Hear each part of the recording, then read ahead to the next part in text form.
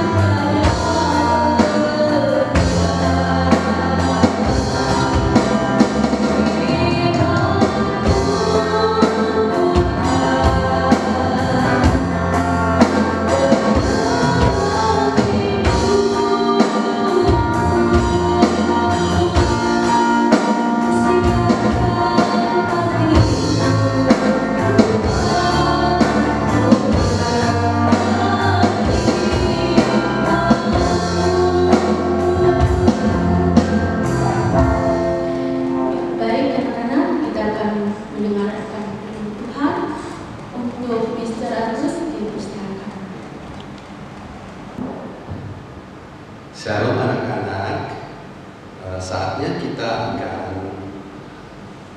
belajar bagian dari firman Tuhan yang akan memberkati kehidupan kita di hari ini.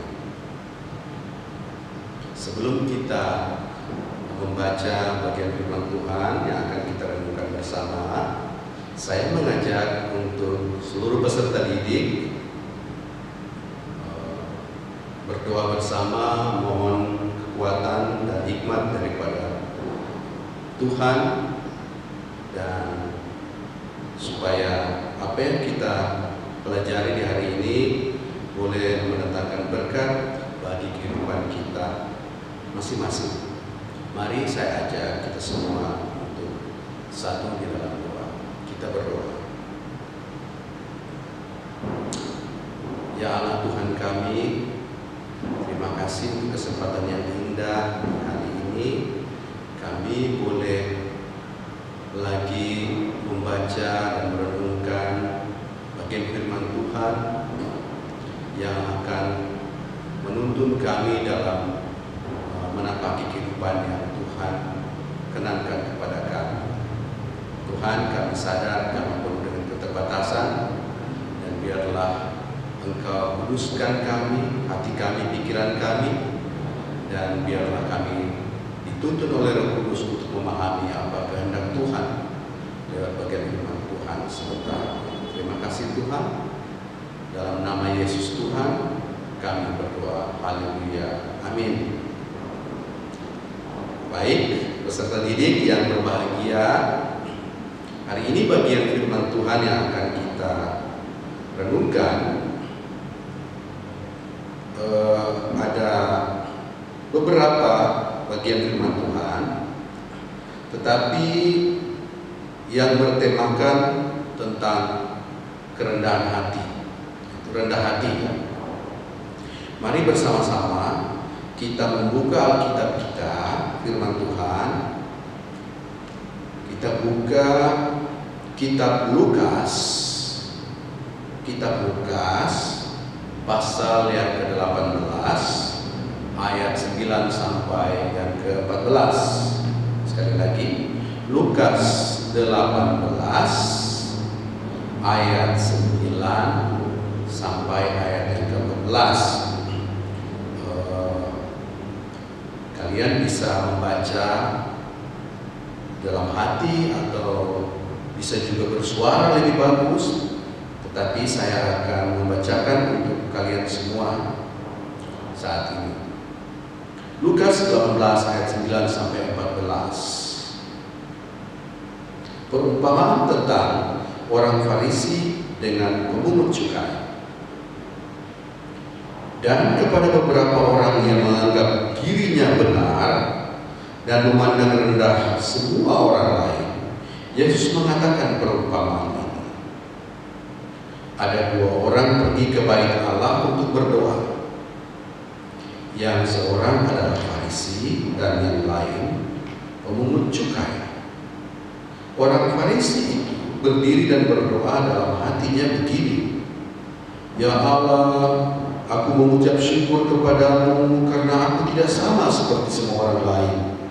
Bukan perampok, bukan orang lain, bukan pezina, dan bukan juga seperti pemungut cukai ini. Aku berpuasa 2 kali seminggu. Aku memberikan 1/10 dari segala penghasilanku. Tetapi pemungut cukai itu berdiri jauh-jauh. Bahkan ia tidak berani menengadah ke langit, melainkan ia memukul diri dan berkata, Ya Allah, kasihanilah aku orang berdosa ini. Aku berkata kepadamu, orang ini pulang ke rumahnya sebagai orang yang dibenarkan Allah, dan orang lain itu tidak. Sebab barang siapa meninggikan diri, ia akan direndahkan, dan barang siapa merendahkan diri, ia akan ditinggikan. Demikian jauh bagian firman Tuhan ini yang begitu indah. Saya percaya ini akan menginspirasi dan memberkati kita semua. Tema khotbah di saat ini adalah tentang kerendahan hati. Kerendahan hati itu kalau menurut kamus KBBI tidak sombong, tidak angkuh, ya. Jadi kerendahan hati adalah menurut Alkitab adalah salah satu ajaran dan teladan dari Tuhan Yesus Kristus agar kita bisa mencontoh Dia menjadi pribadi yang rendah hati. Allah Bapa di surga adalah pribadi yang rendah hati dan tidak menyukai kesombongan. Ia menurunkan orang yang berkuasa dari tahtanya dan meninggikan orang-orang yang rendah. Ini dikatakan dalam Lukas 1 ayat 52. Bagian ini adalah salah satu bukti bahwa Allah akan lebih menyukai pribadi yang memiliki kerendahan hati. Kerendahan hati mungkin akan cukup sulit untuk diketahui, dan belajar menjadi seorang yang rendah hati juga akan membutuhkan waktu yang cukup panjang. Untuk mencapai kerendahan hati yang dikehendaki oleh Allah sebagai salah satu karakter Kristen sejati, maka berikut ini adalah ciri-ciri rendah hati menurut Alkitab.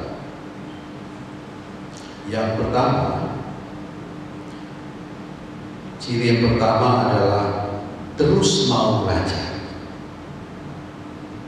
Ciri ini adalah keinginan untuk terus mau belajar dan tidak merasa bahwa pengetahuan yang sudah dimiliki adalah yang paling sempurna. Ini kita bisa baca dalam Mazmur 25 ayat 9. Saya akan bacakan untuk kalian.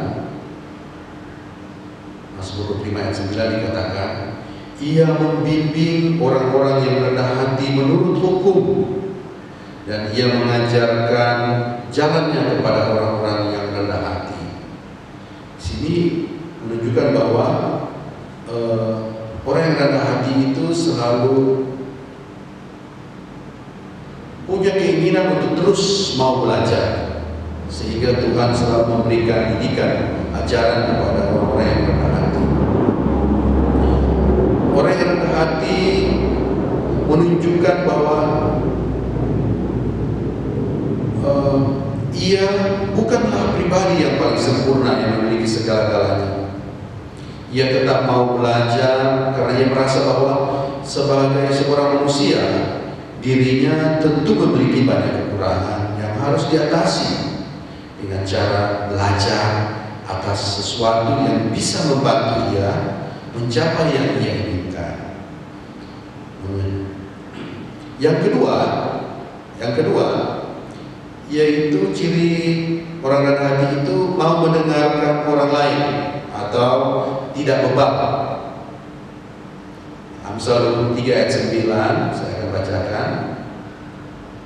Dikatakan, jangan berbicara di telinga orang bebal, sebab ia akan meremehkan kata-katamu yang bijak.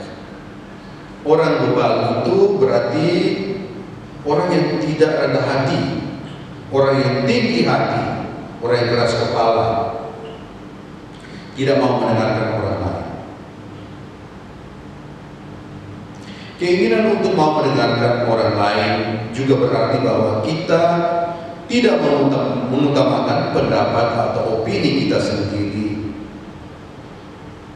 Seringkali kita akan berusaha memaksakan opini atau tanggapan kita agar bisa diterima oleh banyak orang. Banyak juga dari kita yang ingin opininya diterima hanya untuk keinginan pribadi, keuntungan pribadi. Padahal dengan mendengarkan orang lain dan menerima semua opini yang berbeda dari banyak orang, kita bisa menemukan jalan keluar terbaik atas suatu permasalahan yang ada. Amsal 23 ayat 9 menyindir kita dan mengajak, sekaligus mengajak untuk menjadi seorang yang lebih mau mendengarkan orang lain. Kemudian ciri yang ketiga tentang kerendahan hati adalah orang yang rendah hati yang mempercayai rencana dan kehendak Tuhan. Ini dikatakan dalam Mazmur 131, disinggung dalam Mazmur 131 ayat 1 sampai 3. Saya bacakan kepada kalian. Mazmur 131 ayat 1. Nyanyian Syara Daud. Tuhan, aku tidak tinggi hati dan tidak memandang dengan sombong. Aku tidak mengejar hal-hal yang terlalu besar atau hal-hal yang terlalu ajaib bagiku. Sesungguhnya aku telah menenangkan dan mendiamkan jiwaku, seperti anak yang disapih berbaring dekat ibunya. Ya, seperti anak yang disapih jiwaku dalam diriku. Berharaplah kepada Tuhan, hai Israel, dari sekarang sampai selama-lamanya. Jadi hanya bergantung kepada rencana Tuhan, ya. Kita terus mempercayai rencana Tuhan dan kehendak Tuhan yang akan berlaku dalam kehidupan kita. Lalu ciri yang keempat, yaitu mengakui adanya campur tangan Tuhan dalam kesuksesan kita. Seseorang yang rendah hati akan mempercayai bahwa setiap kesuksesan yang ia terima adalah hasil campur tangan Tuhan dalam hidupnya. Ia tidak memegahkan diri dan bersombong diri karena mereka telah berhasil mencapai suatu kesuksesan. Tadi kita sudah baca dalam Lukas 18 ayat 9 sampai 14. Banyak orang yang hanya akan mengingat Tuhan pada saat mereka berada di dalam kesusahan dan akan dengan sangat mudah melupakan Tuhan saat berada dalam kesenangan. Ini adalah salah satu sifat buruk yang memang akan cukup sulit untuk dihilangkan apabila tidak dibiasakan mulai dari sekarang. Padahal tanpa adanya Tuhan dan kehendak-Nya dalam hidup kita, maka segala sesuatu akan menjadi tidak mungkin. Kita sebagai manusia tidak bisa melampaui kekuatan dan kekuasaan Tuhan. Ciri yang kelima, ciri yang terakhir, tentu ada banyak ciri-ciri yang lain lagi, tetapi saya meraihkan 5 ciri tentang kerendahan hati, yaitu bersabar. Yang kelima adalah bersabar. Ciri-ciri rendah hati menurut Alkitab selanjutnya adalah bersabar. Bersabar bahwa segala sesuatu ada waktunya. Bersabar dan mau menunggu waktu Tuhan. Ada banyak ayat Alkitab tentang kesabaran yang menyinggung masalah ini. Rendah hati memiliki artian sebagai suatu kondisi di mana kita bisa memposisikan diri kita dalam menghadapi suatu kondisi tertentu. Kita dituntut untuk menjadi seorang pribadi yang terbuka dan bijaksana sebelum memutuskan segala sesuatu. Tentunya untuk membantu kita menjadi seseorang yang rendah hati, kita harus memiliki kesabaran yang cukup tinggi karena situasi dan kondisi dunia yang tidak menentu.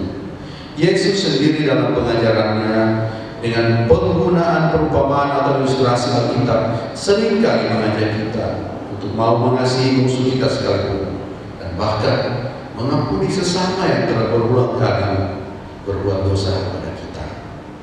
Jadi itulah beberapa ciri-ciri rendah hati menurut Alkitab yang mungkin bisa kalian gunakan sebagai alat ukur kerendahan hati kalian.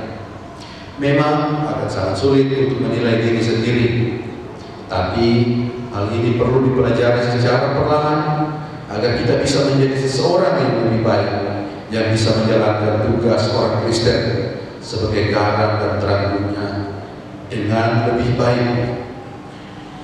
Lalu mengapa kita harus rendah hati? Mengapa orang Kristen itu harus rendah hati? Yang pertama, setidaknya ada 5 alasan yang ingin saya sampaikan. Yang pertama, dari Mazmur 113 ayat 5 sampai 6. Saya bacakan Mazmur 113 ayat 5 sampai 6. Dikatakan, siapakah seperti Tuhan Allah kita yang diam di tempat yang tinggi, yang merendahkan diri untuk melihat ke langit dan ke bumi. Ya. Jadi sesungguhnya Allah kita itu Allah yang rendah hati. Bahkan Yesus sendiri harus meninggalkan kealahannya meninggalkan tahtanya, kemuliaannya, lalu datang ke bumi menjadi seperti manusia yang hina dina, yang rendah, untuk menyelamatkan kita, menebus dosa-dosa kita, menjadi seperti kita, agar kita bisa diselamatkan. Jadi Allah itu sendiri adalah Allah yang rendah hati. Kemudian yang kedua, Amsal 15 ayat 33 dikatakan, takut akan Tuhan adalah didikan yang mendatangkan hikmat, dan kerendahan hati mendahului kehormatan. Wah, luar biasa. Mengapa kita harus rendah hati? Yang kedua adalah karena Tuhan memberkati orang yang rendah hati dengan kehormatan. Lalu dalam Bilangan 12 ayat 3, yang ketiga ya, ini yang ketiga, mengapa kita harus rendah hati? Bilangan 12 ayat 3.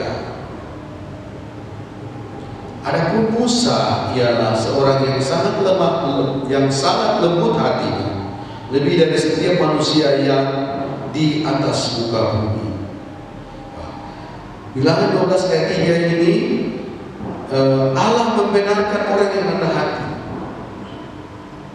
Jadi Musa, sekalipun dia, kita tahu, kita baca bagian-bagian tentang Musa, bahwa dia juga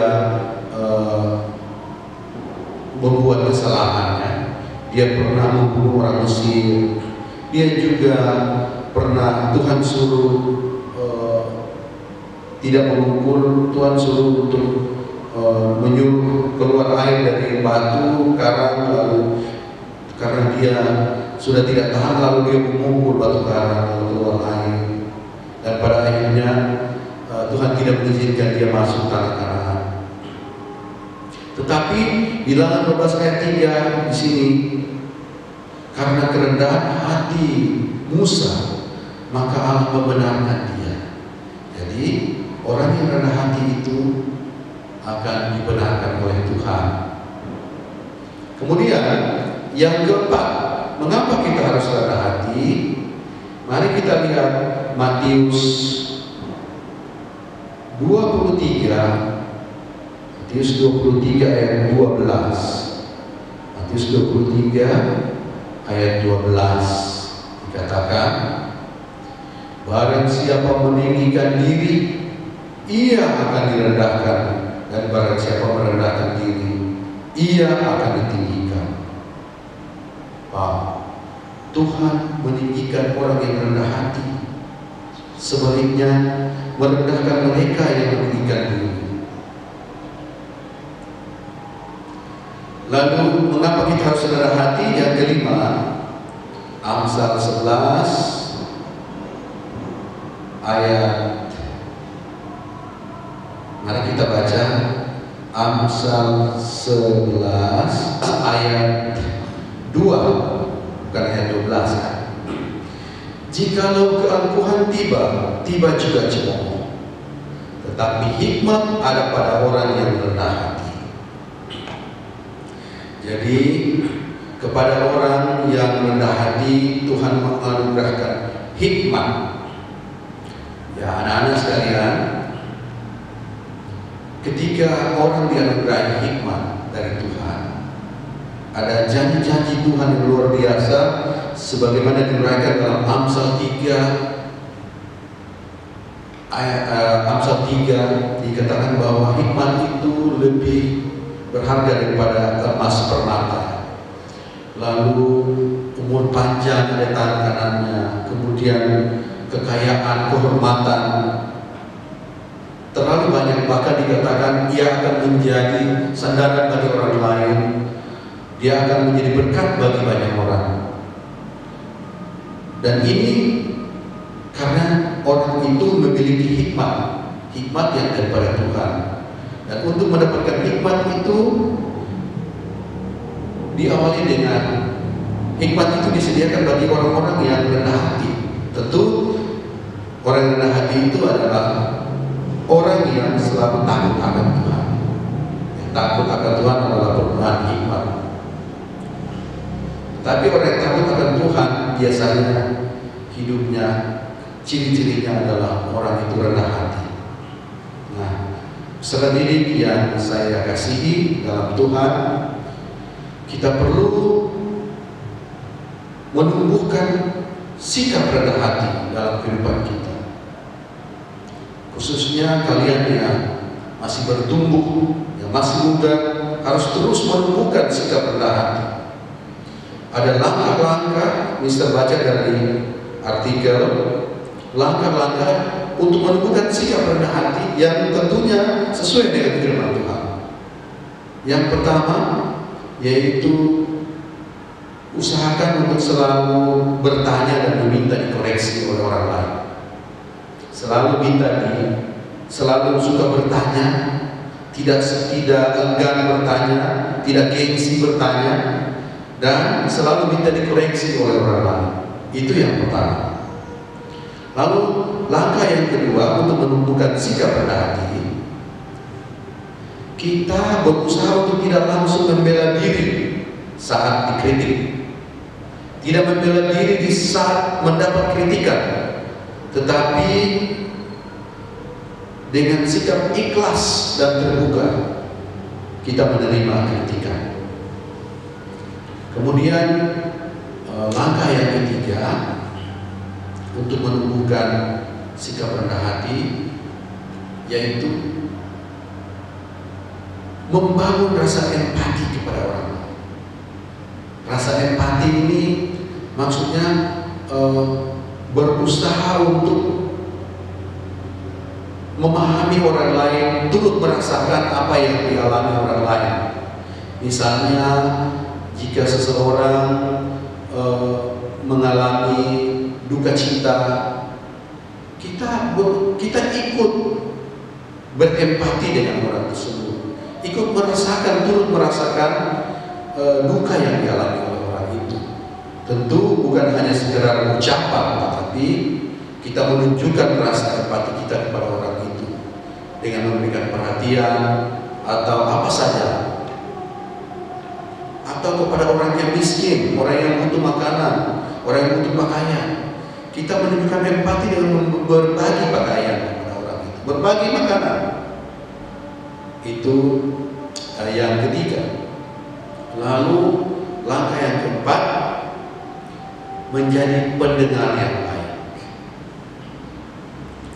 Kita selalu berusaha untuk memberikan waktu bagi orang lain untuk mendengar keluh kesah orang lain, masalah orang lain. Selalu menyediakan waktu, mengutamakan orang lain. Lalu yang kelima, langkah yang kelima, tidak mengharapkan apresiasi atau pujian, tidak makan puji.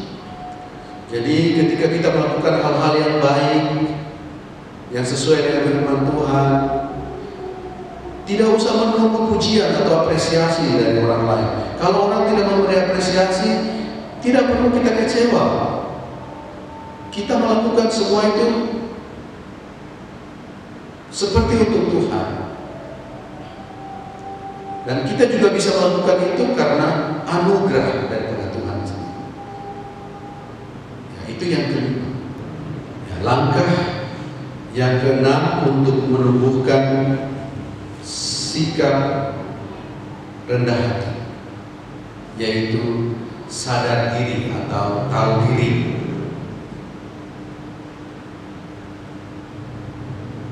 Kita harus selalu sadar diri bahwa kita itu Tuhan ciptakan terdiri dari kelebihan dan kekurangan.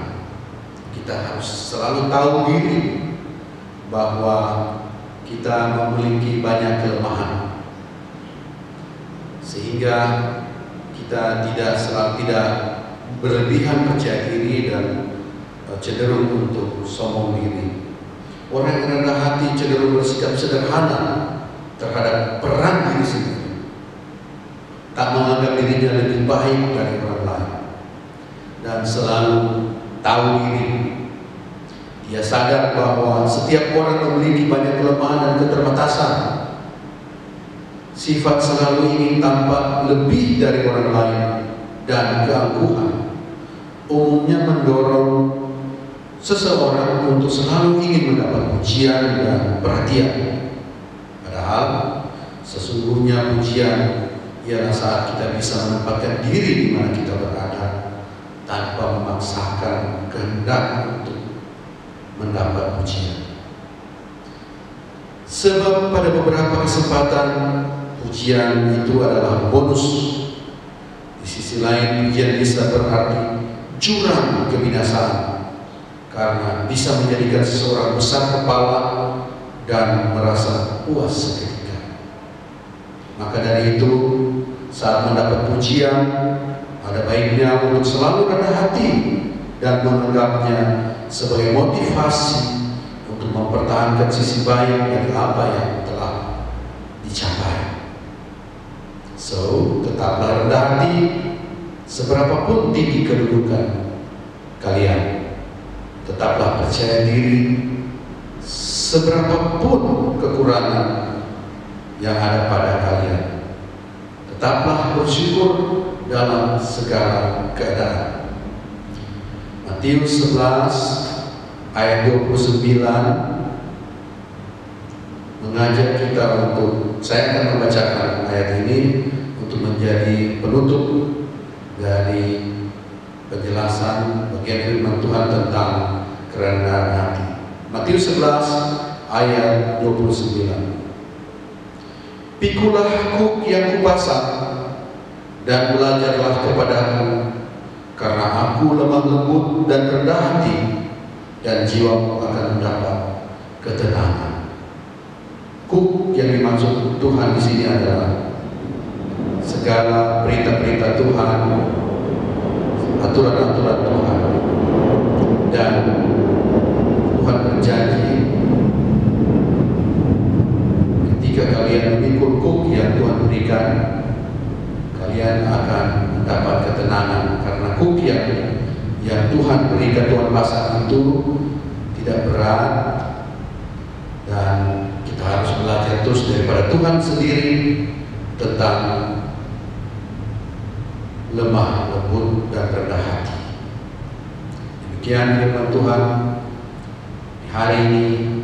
Kiranya Roh Kudus menolong kita untuk tidak hanya menjadi pendengar saja, tetapi kita dapat mengaplikasikan sikap hidup rendah hati ini sebagai salah satu sikap orang Kristen, orang percaya pada Kristus, dan janji Tuhan akan digenapi dalam kehidupan kita selanjutnya. Tuhan Yesus memberkati. Mari kita berdoa. Bapa di surga, kami sungguh menaikkan syukur kepadamu atas kebaikan Tuhan mengizinkan kami belajar dari bagian firman Tuhan di saat ini tentang sikap rendah hati. Kami sadar Tuhan, kami sering kali bersikap sombong, angkuh, tidak rendah hati. Kami selalu ingin dipuji, kami congkak, kami bebal, kami tidak mau mendengarkan nasihat orang lain. Kami tidak taat akan perintah Tuhan. Kami seringkali ketika dinasihati oleh orang tua, kami hanya berpura-pura mendengarkan, tetapi kami sesungguhnya menutup hati kami dari apa yang disampaikan oleh orang tua, oleh guru-guru kami, nasihat-nasihat, ajaran-ajaran yang sesuai dengan firman. Ampuni kami Tuhan, agar kami terus layak untuk disebut menjadi anak-anak-Mu, anak-anak Tuhan, dan berikan kami Tuhan kemampuan untuk kami selalu bersikap rendah hati, untuk kami terus menumbuhkan sikap ini dalam kehidupan kami. Dan biarlah janji Tuhan sesuai dengan firman, orang yang rendah hati akan memperoleh hikmat daripada Tuhan. Hikmat-Mu itu akan menuntun kami dalam kehidupan kami, menapaki masa depan yang Tuhan sudah rancangkan bagi kami. Terima kasih Tuhan untuk firman. Dalam nama Yesus Tuhan kami berdoa. Haleluya. Amin. Ya, demikian pembacaan renungan firman Tuhan kita pada saat ini. Kita akan lanjutkan dengan puji-pujian kita. Mari kita kasih semangat untuk puji Tuhan. Kita nyanyi Yesus Kekasih Jiwaku.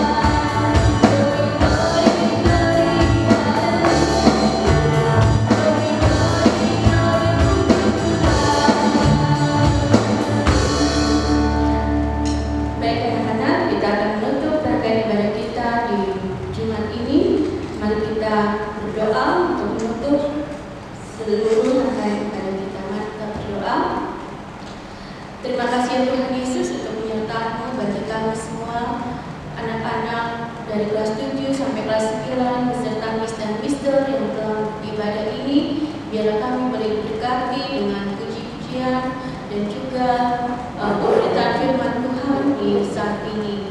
Biarlah menjadi berkat sukacita bagi kami semua yang mendengarkan, sehingga kami boleh menjadi pelaku firman Tuhan. Biarlah Tuhan menyertai kami dari sekarang sampai selama-lamanya. Kami mengucap syukur untuk penyertaan Tuhan pada minggu yang saat ini dan juga yang akan datang dalam pembelajaran anak-anak dari rumah, dan berkati kondisi kesehatan dari anak-anak semua bersama dengan keluarga mereka, sehingga kami boleh sehat selalu ya Tuhan untuk memuji memuliakan nama Tuhan, dan juga anak-anak ini boleh setia mengikuti ibadah maupun pembelajaran di classroom. Tuhan Yesus berkati Miss dan Mister dalam kondisi kesehatan juga, berikan kekuatan, kemampuan dalam mendidik serta mengajar anak-anak sekalian. Tuhan berikan motivasi, kekuatan juga untuk anak-anak, supaya anak-anak ini boleh menjadi semangat dari hari ke hari, sehingga mereka boleh bertumbuh menjadi anak-anak yang disiplin, yang taat dan takut akan Tuhan. Jika ada anak-anak yang sakit Tuhan, saat ini kami berdoa memberikan kesembuhan. Jika ada anak-anak yang masih malas untuk menyelesaikan tugas-tugas di classroom, Tuhan berikan kekuatan, kemampuan untuk menyelesaikannya. Dan biarlah segala kemalasan itu boleh dilepaskan dari anak-anak ini. Dan biarlah anak-anak ini boleh selalu rajin untuk mengerjakan tugas-tugas. Berkati setiap hati pikiran mereka ya Tuhan, apapun masalah tantangan yang ada dalam kehidupan mereka, biarlah Tuhan bersama dengan anak-anak didik kami, sehingga mereka selalu mengutamakan Engkau ya Tuhan, dan mereka hanya berharap dan bersandar kepada Engkau sebagai Tuhan dan Juru Selamat kami satu-satunya. Terima kasih Tuhan Yesus, inilah doa kami mengucap syukur dalam nama-Mu yang kami selalu percaya dan kami sembah di dalam roda